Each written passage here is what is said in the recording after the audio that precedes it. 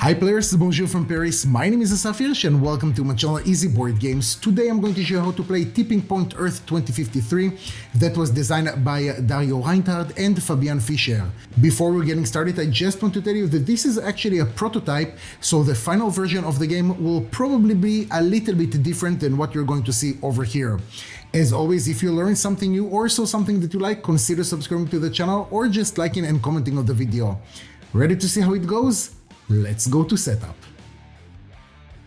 Alright guys, so the first thing that we need to do is to assemble the seesaw and place it next to the main playing area, placing next to it the two different tokens that we have, the preservation tokens and the pollution tokens. Then we're going to take all the project cards, we're going to give them a good shuffle, and we're going to place them as a draw deck. On the other side of the main playing area, we're going to have 5 different decks of disaster cards. We're going to shuffle each one of these decks, and then we're going to remove cards according to how many players we have. So for each player that is less than 4 players, we're going to remove 1 card. In our case, this is going to be a 2-player how to play, so we're going to give this a good shuffle, and then we're going to remove 2 cards from this deck. We can of course do the same thing for all the other decks. Now there is a possibility in this game to increase the difficulty by removing more disaster cards from each deck, but I'm going to let you discover this on your own. Then each player is going to take a player board and all the markers in their chosen color. Also, each player is going to choose a country and an advisor. Here we're going to have Germany working with the United States, and as advisors, the United States have chosen Amina, and Germany has chosen Jose, which kind of looks like George Clooney when he was a bit younger. Now on these cards, and pay attention that these cards are going to be different in the actual version, we're going to distribute our tokens between the different categories according to the level that is stated on the card. For Germany, for example, the equality is going to be on level 3. So we're going to take one of our markers and place it right over here, which is level 3. And we're going to do the same in all the other categories, of course, for both players. Now pay attention that we have 3 categories per country that, let's say, are not in the best interest of that country to invest. In case of Germany, it's going to be housing, education, and water. So these categories are going to stay completely empty, and we're going to talk about the significance of it a little bit further down the video. Also, in each category, we're going to start with a certain amount of credits. Again, for Germany, with the education, they're going to start with 3 credits. For equality, they're going to start with 4 credits. And we're going to do it for all the categories, of course, that Germany is interested in, and the same for the United States. The last thing that we're going to have in a player setup is that each country is going to draw cards from the project deck according to how many cards are written on their setup cards. For Germany, it's going to be 6 cards that we're going to take from the project deck, and for the United States, it's going to be 8 cards. Then, according to the number of players that we have and the diagram that you can find in the rulebook, we're going to take disaster cards and we're going to start placing them in the main playing area. Again, this is a 2-player game, so we're going to draw the first disaster card, then we're going to leave 1 space and we're going to draw another one, leaving it right over here to the right. And we're going to draw the first card that we have from the project deck, and the players are going to decide together where they would like to place this card. If they would like to place it right here in the middle, on one of the sides, doesn't matter, even if it means that we're going to have 1 card in the air. So if, for example, players are going to decide to place this card right over here, there is absolutely no problem. Pay attention that starting from this point onwards, every time that we're going to place a project card, it will have to be adjacent to one of the cards that we already have in the playing area.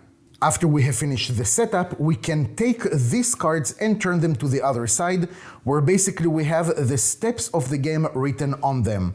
And with that, guys, we're ready to start. In Tipping Point Earth 2053, as you already understood, each player is going to play a country and an advisor, and they're going to work together in order to solve the different crises that we're going to have in the main playing area. Each round consists 3 different phases, and the first one is the income phase. Here, we're going to first of all draw and place disaster cards, 1 card per player. Then we're going to receive credits according to the level of fulfillment that we have in each category. So United States, for example, is going to receive 2 credits in the education, since that is the level of education that they have right now.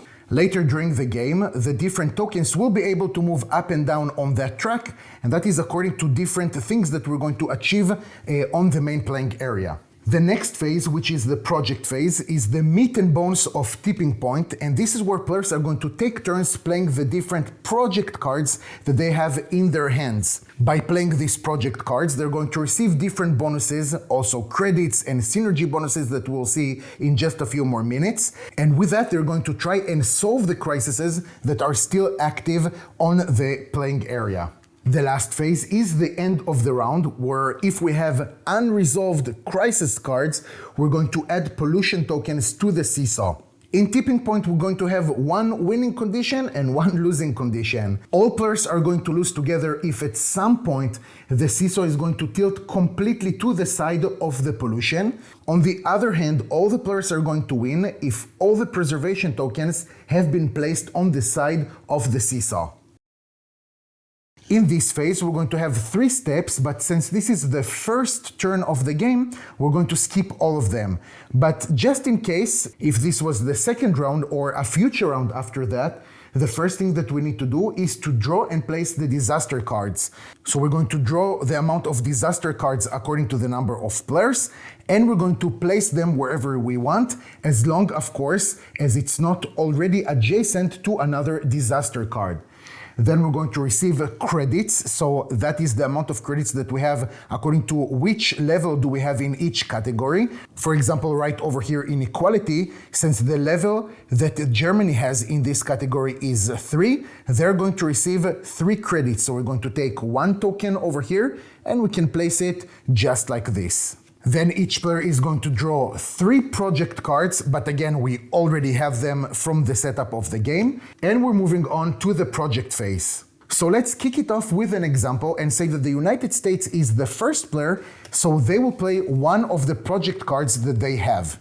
Before we're actually starting to place the different project cards, let's go over the anatomy of each project card that we have. First of all, we have the name of the card. In our case, it's going to be per capita income. Then on the upper right side, we can see to which category this card belongs to. In our case, it belongs to the equality category. On the upper left side, we can see what is the cost that we will need to pay in order to play this card into the playing area. In this case, we'll need to pay 3 credits from a specific category, that is the work category that we have right over here. So we need to have enough credits in that category to pay for it. Then we'll need to pay 14 credits, but here we can pay it from any category that we would like, even if we're mixing some categories together. So we can pay 4 credits from food, 3 credits from electricity, and so on. On the middle left side, we can see what are the bonuses that we're going to receive when we're placing this project card in the playing area. And if we're already talking about the anatomy of project cards, let's also talk about the anatomy of the disaster cards, because that will come in play very quickly. In this case, we have a card that is called Oil Platform Explosion. And now you can pay attention that each disaster card is actually divided into 2 parts. On the upper right side, we can see which category this side belongs to. That will be the infrastructure category. And on the bottom left side, we can see to which category this part of the card belongs to. And that is, of course, the equality category. On the upper left side, we can see what will happen if we will not manage to resolve this disaster at the end of the round. And here we can see what are the bonuses that we're going to receive if we manage to solve this disaster. So to play this card, the United States, first of all, need to pay 3 credits from the work category. No problem, we're going to put it back in the supply. And then 14 credits from different categories. So let's start. We have here 5 plus 3, that is 8. Plus 4, that is 12, plus 3, that is 15. So we need to take 1 change, no problem. I'm going to put it back over here in this category.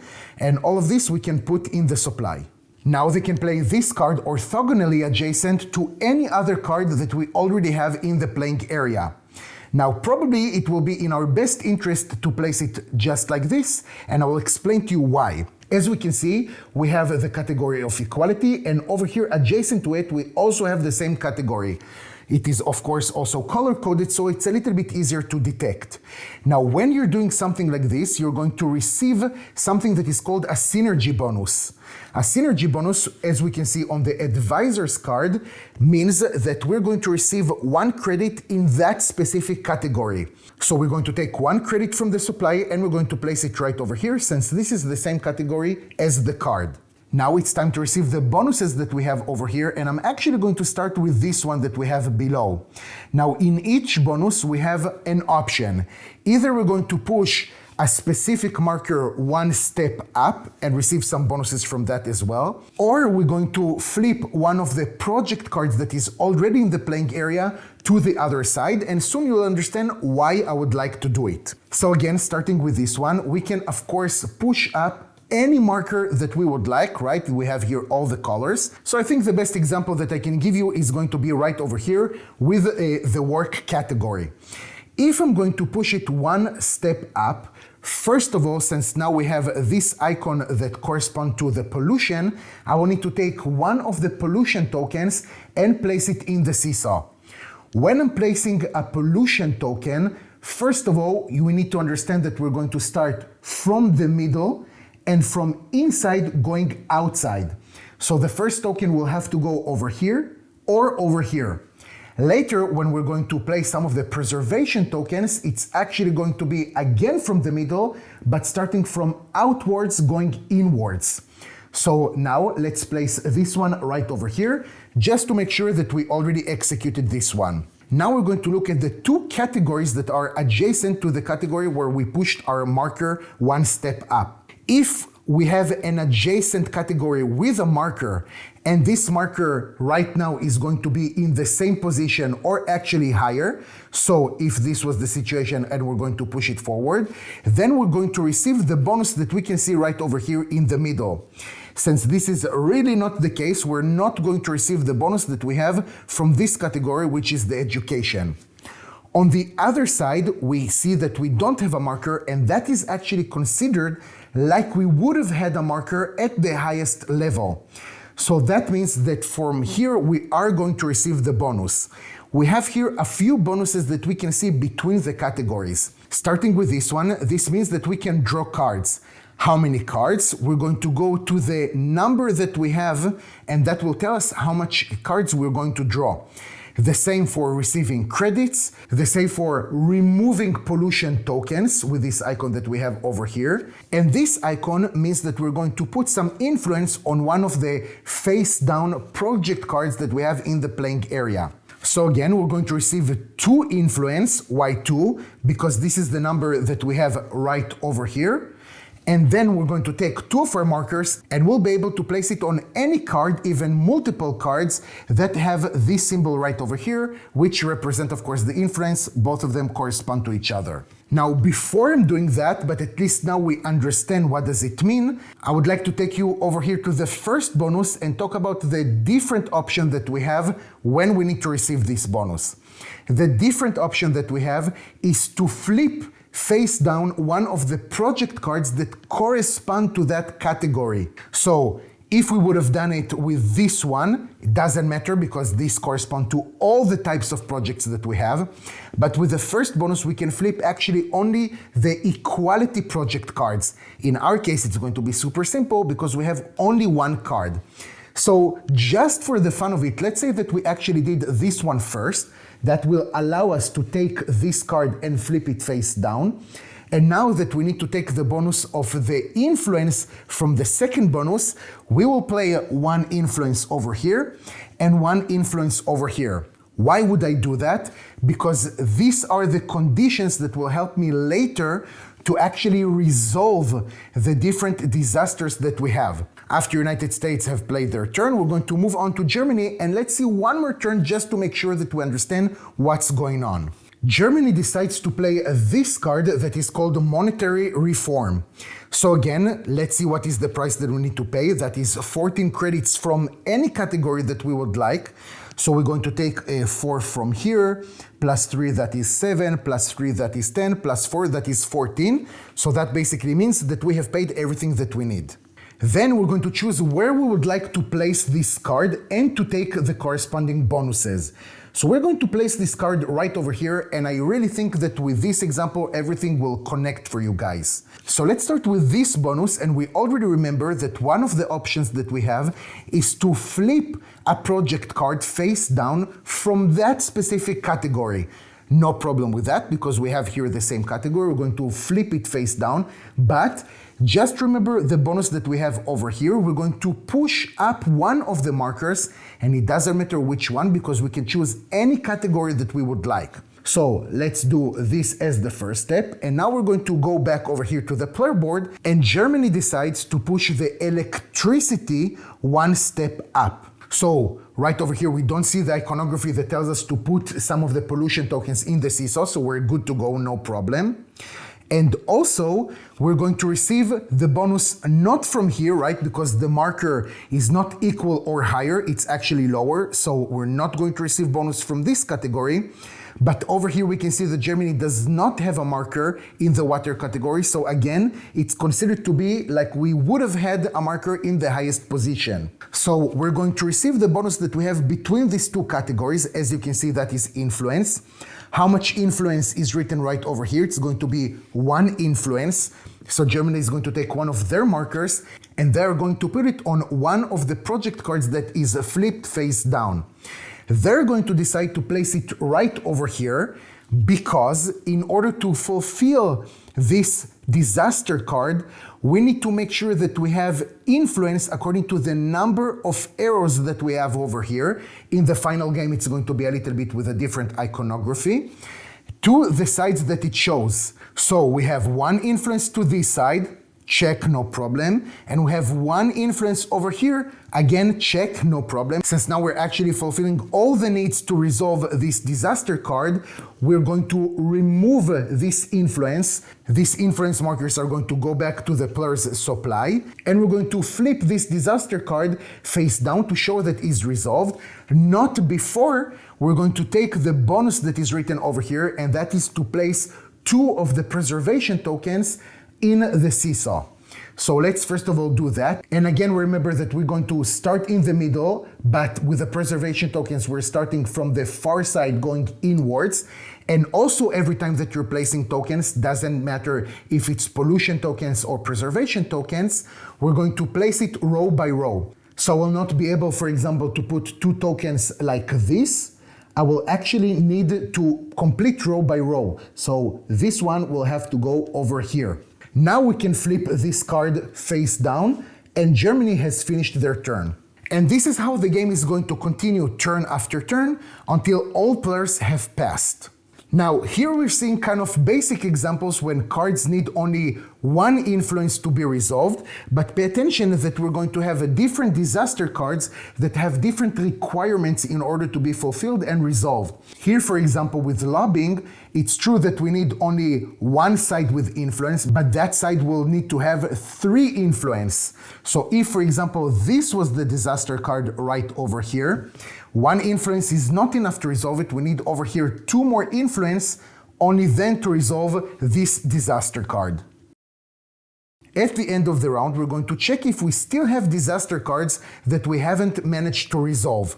Right now, we do have one of those, so we're going to take the penalty for not resolving this disaster. The penalty, again, is written right over here, and that means to add 2 more pollution tokens. So we're going to take these 2 pollution tokens, and of course, we're going to complete the row going from inside towards outside. So 1 pollution token will go over here, and another one will be added just like this. Since the seesaw is not completely tilted towards the pollution side, we can continue to the next round, where again we're going to have the income phase. We're going to draw 1 disaster card per player, and we're going to place it wherever we want, again, as long as it's not adjacent orthogonally to another disaster. Then players are going to take their income, and we're going to draw project cards, and another round is going to begin. One last word that I want to say about these advisors: pay attention that you will be able to receive credits by discarding project cards from your hand and receiving 2 credits in that same category. So if United States would like, for example, to discard this card of the water category, they're going to place it right over here. Then they're going to take 2 credits and they're going to place it over here, even if they don't have a marker. That is absolutely fine. Also, we'll be able to spend 4 credits of a specific category, so we'll not be able to mix them, in order to put 1 influence on one of the face down cards. Now, this is of course a very expensive thing to do, but sometimes we're really stressed about resolving one of the crises, so it can be in our advantage to do that. And that is it, you guys. Thank you so much for watching. I truly appreciate it. I hope that you learned something new or saw something that you like. Feel free to join me on my Discord and talk about Tipping Point or other board games. And until then, take care, and I'll see you next time.